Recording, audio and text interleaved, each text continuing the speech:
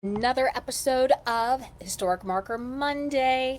It is Monday, and I am so glad that you are here to join us. I'm Michele with Fun in Key West, and today we're stopping by a place that isn't necessarily open to the public, but you can walk by and check it out and look at the history of the house and imagine the stories. And that this place is the Freeman Curry House, and it's over on Eaton Street.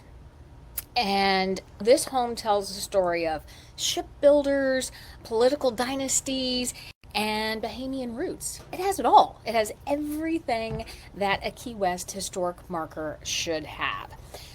So let's go back to the beginning. The house was built in 1865 by a shipbuilder and a merchant named Samuel Filer, and he used Dade County pine. And you get to see examples of Dade County pine throughout the Keys, but this wood, when it was put into these homes, was very resistant to insects and to all of the elements that these homes are exposed to down in the Florida Keys.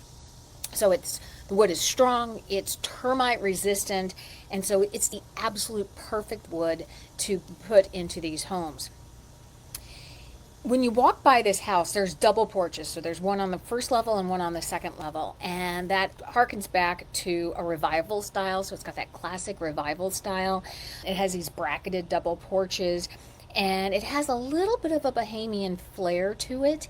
I think this is what's so interesting about the architecture in Key West is it's not one exact style. It's different styles that are all blended together.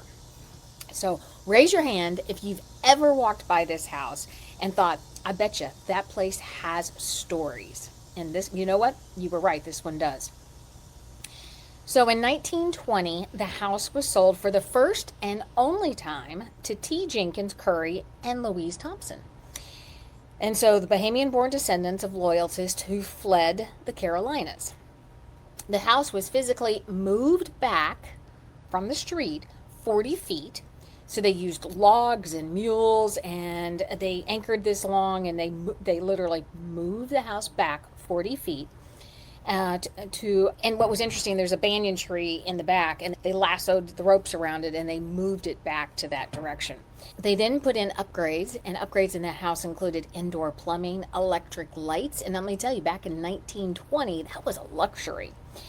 Then in 1925, Key West artist Joaquin Barroso was commissioned to paint murals in the double parlor, and it's scenes from the family's life. And Mary Elizabeth, hey, hi, how you doing?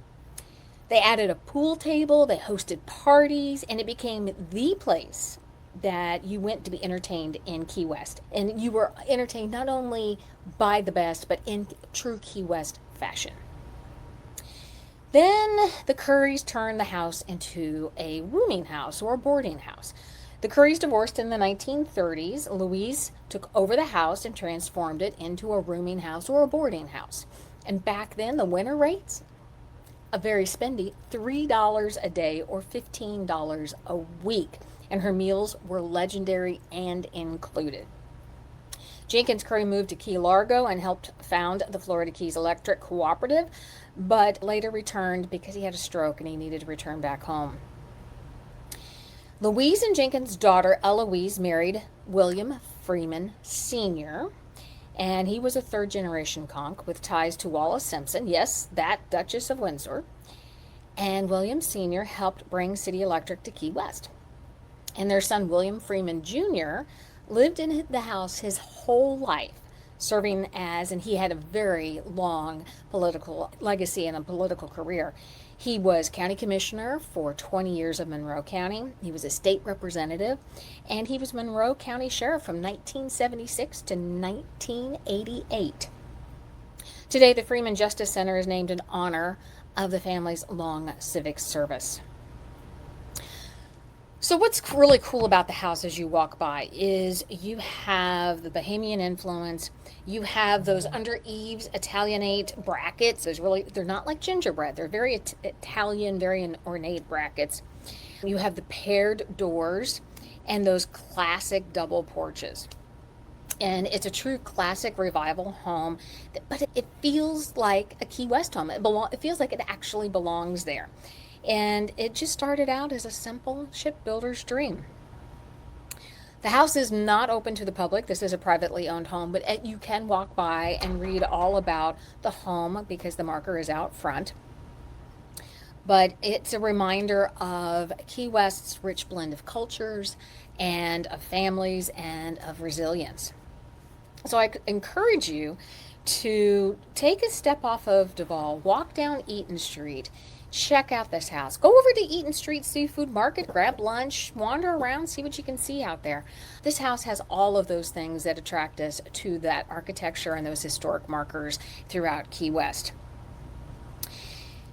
So I love telling you all these stories about it, but I encourage you as you walk around Key West to make sure you're checking out these historic markers, reading about the stories of the people and the homes, and trying to imagine what life was like during the 1930s or the 40s or whenever the height of the house was at. You can find out a lot more about that self-guided walking tour over at FunInKeyWest.com. And while you're there, sign up for our happy hour list as well as our book club. We are having a blast over there. Thank you for stopping by. Thank you for being part of Historic Marker Monday. I appreciate every time you guys stop in and take a listen. You guys have a great one, and we will talk to you later.